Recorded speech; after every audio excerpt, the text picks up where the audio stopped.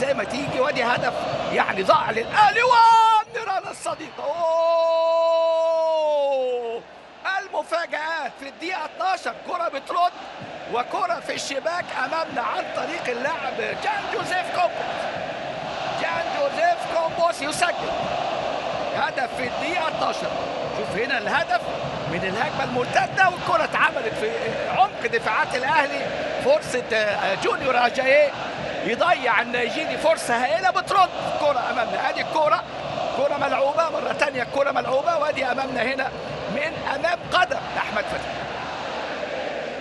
علي معلول والانضمام في المسانده الهجوميه. وادي الكره معموله من هارونا في اتجاه كومبوس جان جوزيف اللي بيسجل في هداف الدوري اللي كان معار الى مصر البقص. هدف مقابل لا شيء للقط الكاميروني. النادي الاهلي قادر على العوده بما يملك من شخصيه وجديه وروح وعدم استعجال، وهدف التعادل. الغزال عمرو جمال يسجل هدف التعادل للاهلي. عمرو جمال يا ولد يا عمرو، يا ولد يا عمرو يا جمال. 5 أهداف في الكونفدراليه وهدفين في دوري الابطال، سجل في اهلي بني غازي وكان سجل في يانج بويز. اهلي بني غازي 2014 ويانج بويز 2016. وعمرو جمال الغزال اهو النهارده. الغزال سجل هدفين في الالومنيوم في كاس مصر والداخليه، وسجل في مرمى وادي دجله، ولكن يسجل هدفه اللي امامنا هنا يمكن هدفه يمكن اخر هدف اعتقد وادي دجله اللي كان في شهر فبراير. بص عمرو جمال يا ولد يا عمرو، يا ولد يا عمرو، يا ولد يا عمرو. عنده شخصيه وعنده التحدي وعنده اثبات الذات، وبالفعل عمرو جمال الغزال ياتي بهدف التعادل للاهلاوي.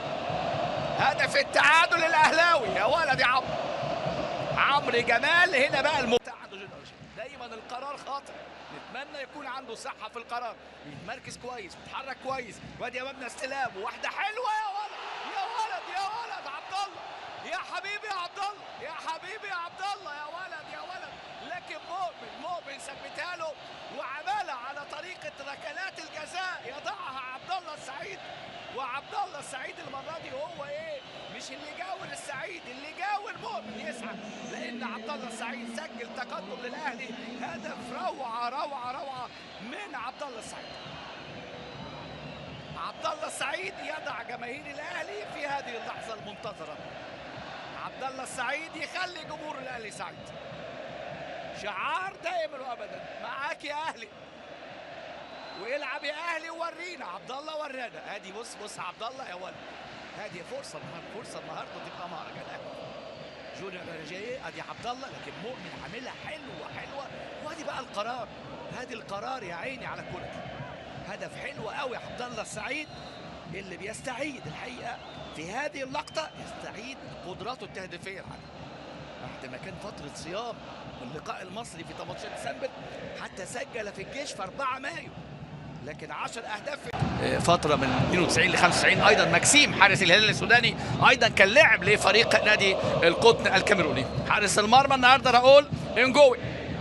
علي معلول نجم الدولي التونسي، نجم المتالق الحقيقه، واللي كان احد النجوم في لقاء مصر. راسيه يا ولد يا ولد يا ولد.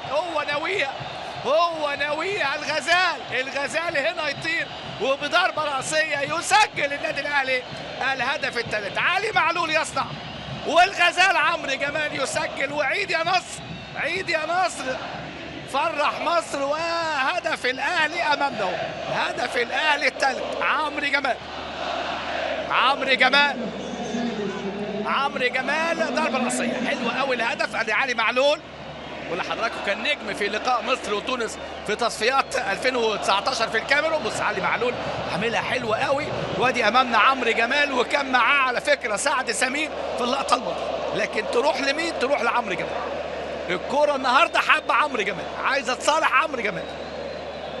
علي معلول تمريره روعه، لفه. شوف حضراتكم اللفه دي بس ايه، وعمرو جمال يوجه، علي معلول يلف وعمرو جمال يوجه، والكره في الشباك. ادي الجماهير والفرحه، وما اجمل الفرحه الحقيقه.